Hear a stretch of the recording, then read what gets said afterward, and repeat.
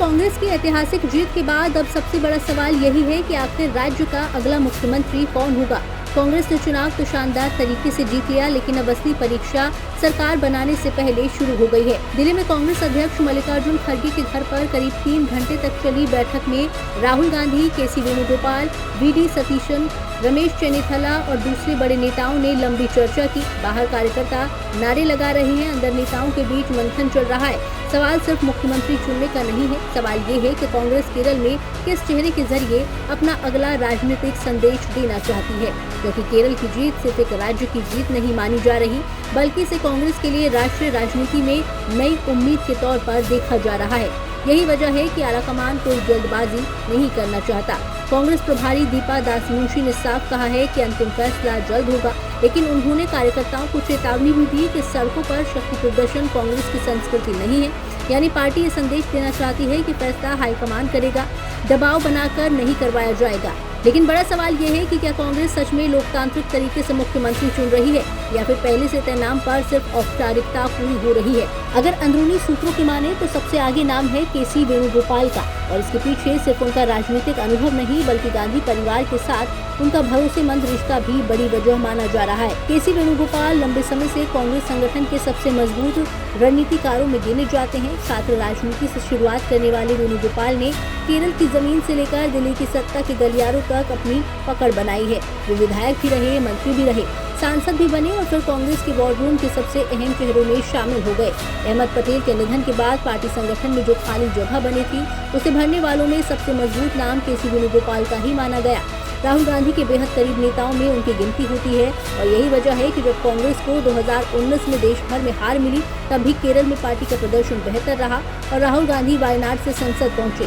कहा जाता है कि उस पूरे राजनीतिक मैनेजमेंट में वेणुगोपाल की बड़ी भूमिका थी। अब सवाल ये उठ रहा है कि क्या कांग्रेस केरल में एक प्रशासनिक चेहरा चुन रही है, या फिर गांधी परिवार के सबसे भरोसेमंद नेता को इनाम दे रही है, क्योंकि पार्टी सूत्र बता रहे हैं कि 63 में से 47 विधायकों ने वेणुगोपाल के नाम का समर्थन किया है। यानी संगठन, विधायक और आलाकमान तीनों जगह उनका पलड़ा भारी दिखाई दे रहा है। लेकिन कहानी इतनी आसान भी नहीं है, क्योंकि दूसरी तरफ वी.डी. सतीशन का नाम भी लगातार चर्चा में है। सतीशन को जनता के बीच ज्यादा लोकप्रिय और जमीन से जुड़ा नेता माना जाता है। कांग्रेस के कई कार्यकर्ताओं का मानना है कि अगर पार्टी को आने वाले वर्षों में केरल में अपनी पकड़ और मजबूत करनी है, तो ऐसा चेहरा चाहिए जो सिर्फ दिल्ली का भरोसेमंद ना हो, बल्कि जनता का भी पसंदीदा हो। यही वजह है कि कांग्रेस के अंदर एक खामोश बहस चल रही है कि पार्टी संगठन चलाने वाले नेता को मुख्यमंत्री बनाए या जनता के बीच लोकप्रिय चेहरे को।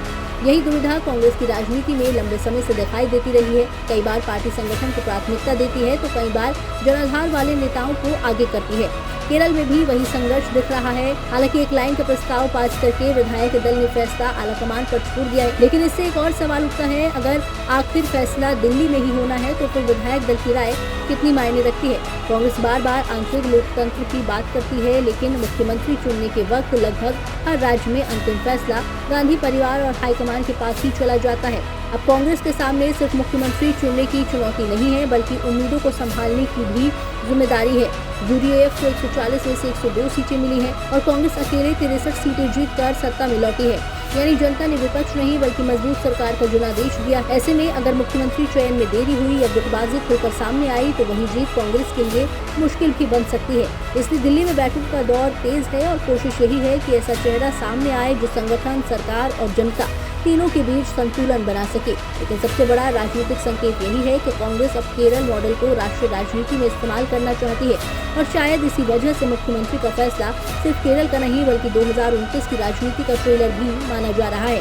अब देखना होगा कि कांग्रेस आखिर किस पर दाव लगाती है, संगठन के रणनीतिकार केसी वेणुगोपाल पर या जनता के बीच मजबूत पकड़ रखने वाले किसी दूसरे चेहरे पर, क्योंकि केरल का मुख्यमंत्री सिर्फ एक राज्य नहीं चलाएगा, बल्कि कांग्रेस के भविष्य की दिशा भी तय करेगा।